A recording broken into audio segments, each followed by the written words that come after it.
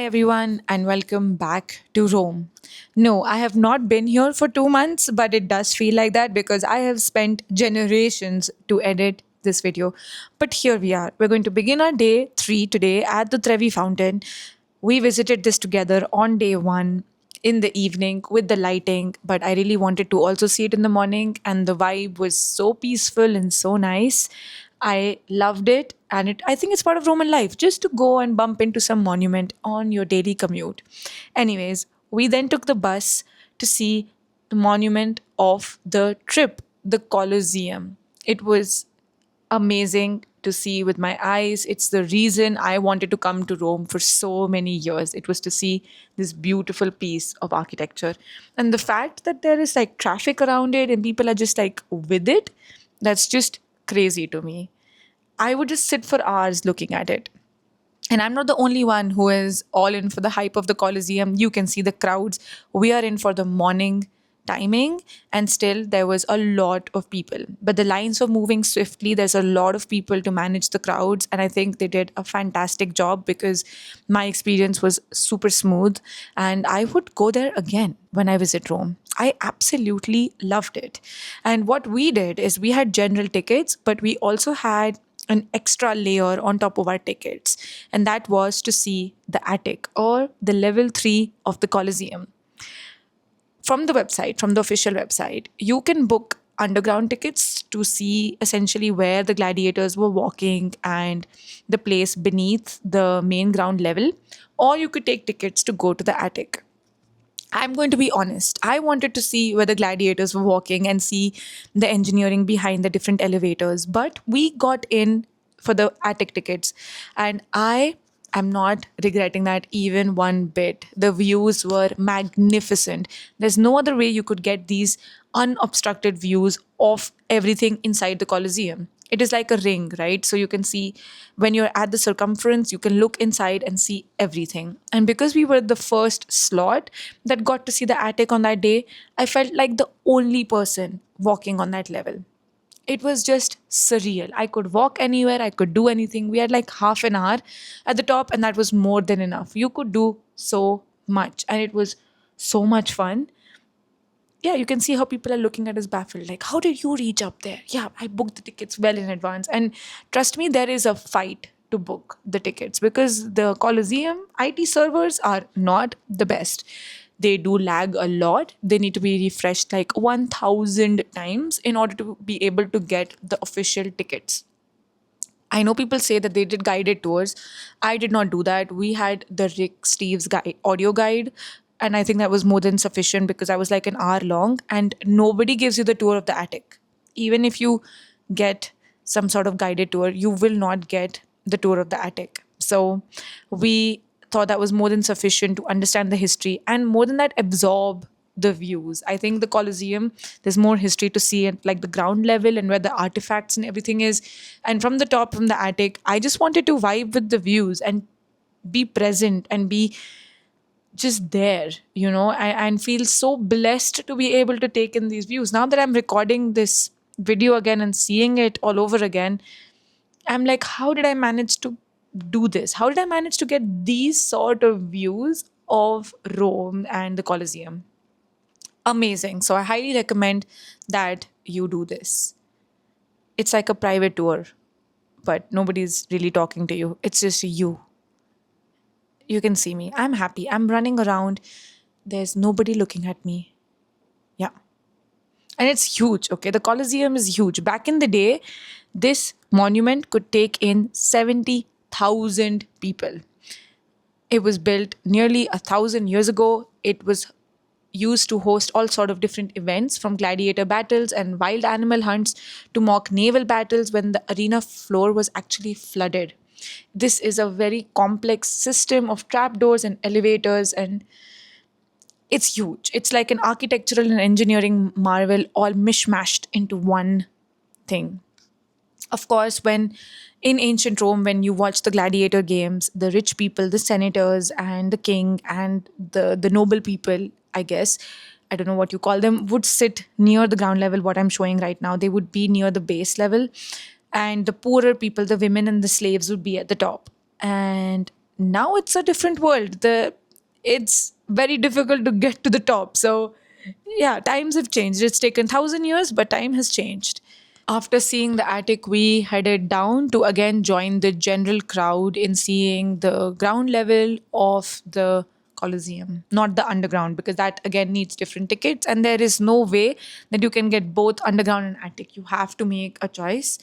I'm happy with mine. I would recommend that if you don't get the underground, attic is really nice. And it also, yeah, I think both are nice. It's not like we've seen it before. So yeah. And then there are all these different artifacts and historical stones and things that were found in the Colosseum, descriptions. There's a lot happening inside the ground level, which is inside the ring of the Colosseum, essentially, between the different columns. We then also walked inside the inner ring to be able to see the different pathways and places where the gladiators were walking. Like, this is historic stuff. It's amazing. After walking around the Colosseum, we took a view of the Roman Forum. The Roman Forum, I'm going to talk a little bit about that when we do walk there. But as you can see, the weather has changed. It was March, so we were expecting unpredictable rains anyways, and we unfortunately faced a little bit of it. But we don't mind. We got 2.5 days of Roman sunshine, so it's okay. We then scurried into this beautiful restaurant called Pizza Forum, which is near the Colosseum. They had one of the best meals I had on the trip. It was super close to the monument. You can technically get a view of the Colosseum when eating, but it was raining, so we didn't get that. I highly, highly recommend going there. Now it's time to go back to Piazza del Colosseo and start the second part of the day, which is to see the Roman Forum. The Roman Forum was the center of daily life in ancient Rome. It was like a mix of Times Square, a government building, and a marketplace all in one. It was located between the Colosseum and Palatine Hill, and it was where the Romans gathered for political debates, public speeches, religious ceremonies, and even shopping.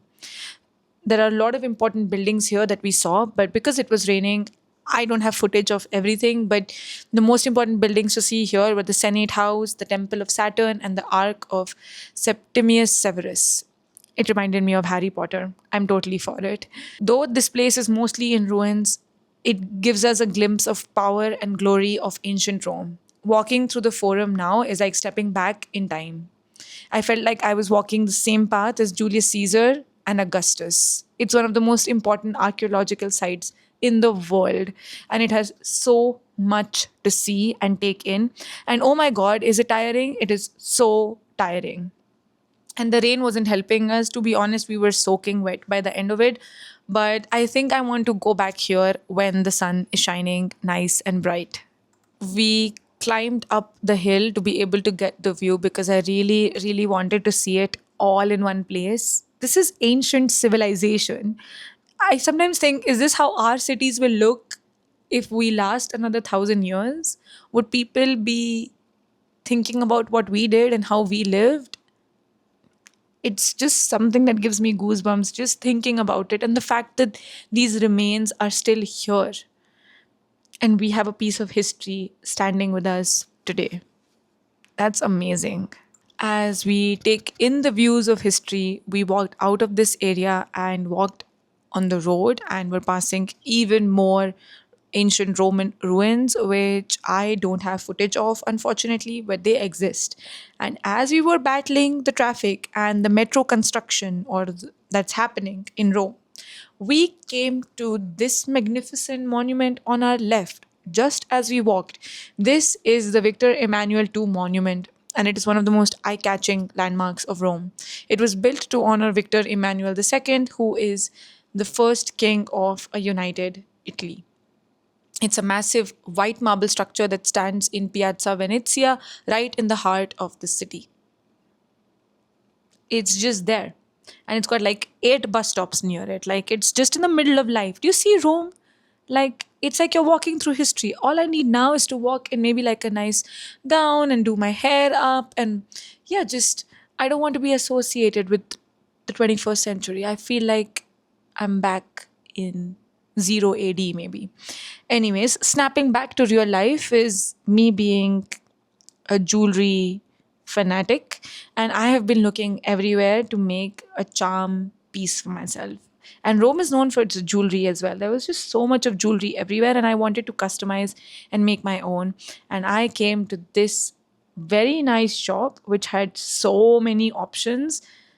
I was spoiled for choice, and I decided to make myself a beautiful, charmy, clinky clanky neck piece. You can let me know what you think of it. I think it was a really nice experience to be able to select what I wanted, what resonated with me, which pieces I liked, and also the distance. Like, it was fully customized. It was fun. It was really, really fun to make. So yeah, even though I want to be like in thousand, not thousand, even zero AD, I think I'm very much suited for the 21st century with my charm necklaces and my matcha lattes and my shopping and brunches. I think I belong here. I thrive here. But sometimes mentally I want to be somewhere in some civilization 3000 years ago. You know the joke with the flower, the margarita? No. They take the petals, Yeah. and say, he love me, he don't love me. yeah, yeah. And that reminds me this one. After getting a beautiful piece of jewelry to end this trip in Rome, what we needed was more tiramisu. So we came to this extremely viral place in Rome on Instagram, and I did not like it at all. But what I did really like were the night views of the Pantheon. Absolutely amazing. Look at the city vibe right now, the terraces, the glistening lights, the fire lighted up, amazing. Like, what is this? This is part of the Roman experience, to stroll the streets of Rome at night.